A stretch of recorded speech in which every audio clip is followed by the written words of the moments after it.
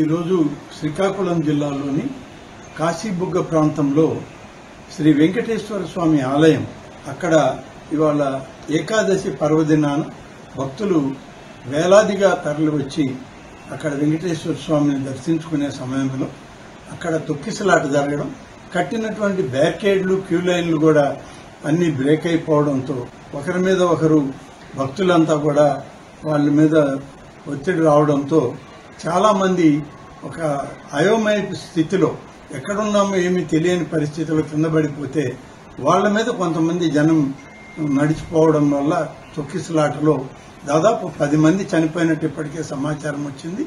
మేము అన్ని వివరాలు కూడా ఇప్పటికే మా వ్యవసాయ శాఖ మంత్రి సోదరులు అచ్చెన్నాయుడు గారు, సోదరి శాసనసభ్యురాలు గౌతు శిరీష గారు అక్కడికే వెంటనే వెళ్లడం జరిగింది. అన్ని కూడా పరిశీలిస్తా ఉన్నారు.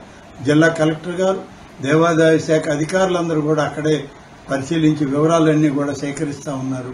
మొత్తం మీద ఇప్పటికే అందిన సమాచారంలో అయితే 10 మంది చనిపోయారని చెప్పి ఇప్పటికే సమాచారం వచ్చింది. గౌరవ ముఖ్యమంత్రి గారు కూడా వీటి మీద స్పందించి ఆదేశాలు ఇవ్వడం జరిగింది. మొత్తం మీద ఈ ఆలయం అనేటువంటిది ఇది ప్రభుత్వ ఆధీనంలో ఉన్నటువంటి ఆలయం కాదు.